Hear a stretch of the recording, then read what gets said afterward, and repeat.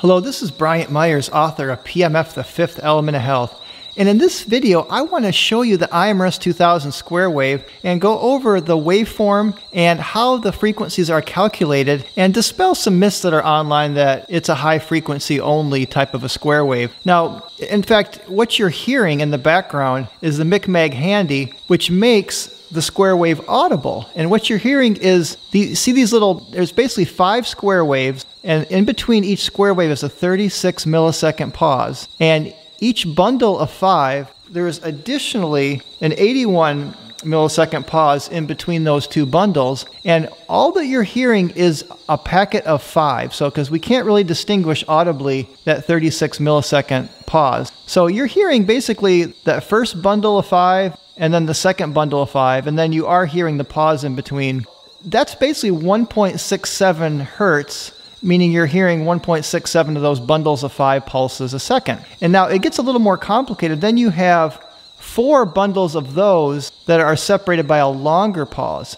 And this is called pulse pause modulation. And it's used by iMRS, Beamer, QRS, and really good PMF companies that understand that you don't want to just have a repeating square wave because your body will acclimate or habituate or kind of get desensitized to it very quickly. You need to, just like when you go to the gym and work out, you don't want to just do 100 curls and leave. You want to do like 3 sets of 8 repetitions, rest in between sets, and then rest in between different exercises. And because PMF really is cellular exercise, the way that it moves charges through Faraday's law of induction, that mimics exercise, you do want to make sure that you have rest or pauses in between these bundles. So basically when you take those 5 little square waves that you see separated by a pause, and then you got 4 bundles of those 5, and then there's even a larger process of 20 of those that has even a longer pause.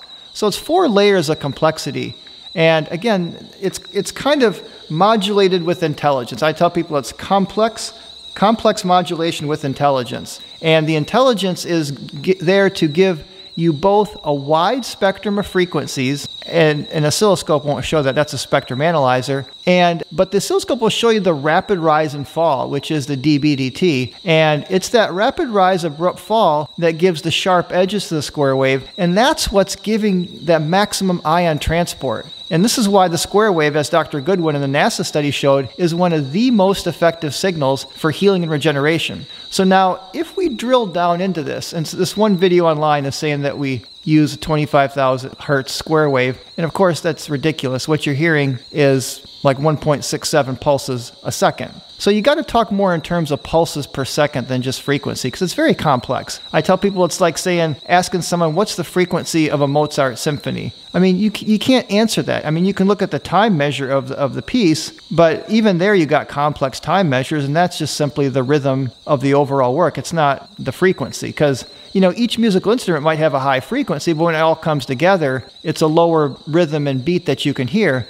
So similarly, our nervous system is tuned to those lower frequencies, and just as your ears can't hear the higher frequencies, your nervous system's not going to respond to the high frequencies that make up the signal, but in a way your cells do, because see, what people don't understand, it's the high frequencies that creates the ringing or the banging. It's kind of like, like a ringer type of PMF, where you get this ringing or banging that creates a maximum spark or ignition or ion transport through, I give the analogy, when you swipe a credit card, you want to swipe it quickly. So that is, in electromagnetic theory, that's Faraday's law of induction. And the more rapidly you abruptly change the voltage or the magnetic field, the greater will be the induction. So this is why you need higher frequencies, because in a square wave, and I won't get into Fourier's theorem because it's complex mathematics, but essentially the higher frequencies give the sharp edges. And that's true even with music and high resolution TV. It's the high frequencies that give you those really sharp, clear images and the real crisp, sharp sounds on a good,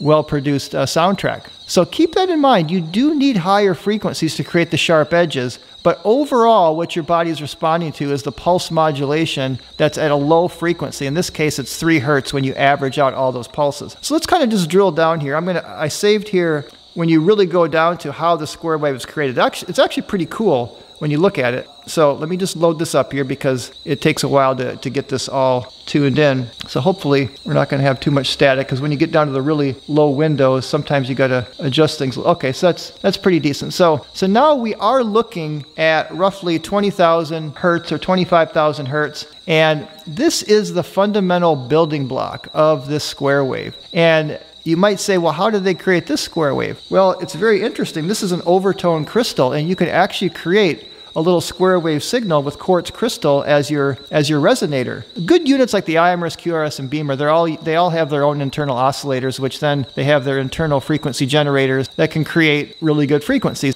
So this overtone crystal, especially kind of ground, just like a tuning fork has different geometries, to give odd integer harmonics. And a square wave in Fourier's theorem, the way you create a square wave is with odd integer frequencies. And when you combine them with the right amplitudes, you get a perfect square wave if you take it out to infinity. Now, you can never get a perfect square wave, but if you start with little square waves, boy, does it give a really nice square wave when you zoom out. So when we zoom out to where we're going from this high frequency building block, when they all come together to create a low frequency modulation, you end up with what we were just looking at here. Okay, there's a nice pulse. So again, this is back to our 1.67 in that small little window of 5 hertz. But the bottom line, though, even though it is very complex and it's almost meaningless to talk about just a single frequency when you have such a complex signal, they've been listing these frequencies for 25 years. And, we have UL and ISO and EEC, EIC, all these different accreditations. And, we have to list kind of an overall kind of carrier frequency, which they list as 3 hertz. It's a very complex process to get that carrier frequency. But the bottom line, I mean, to me, you can certainly hear 1.67 hertz with the MIC-MAG Handy. And this is what I'm using here, this MIC-MAG Handy. And you can hear the frequency at the signal. Let's just kind of look at this pillow pad here.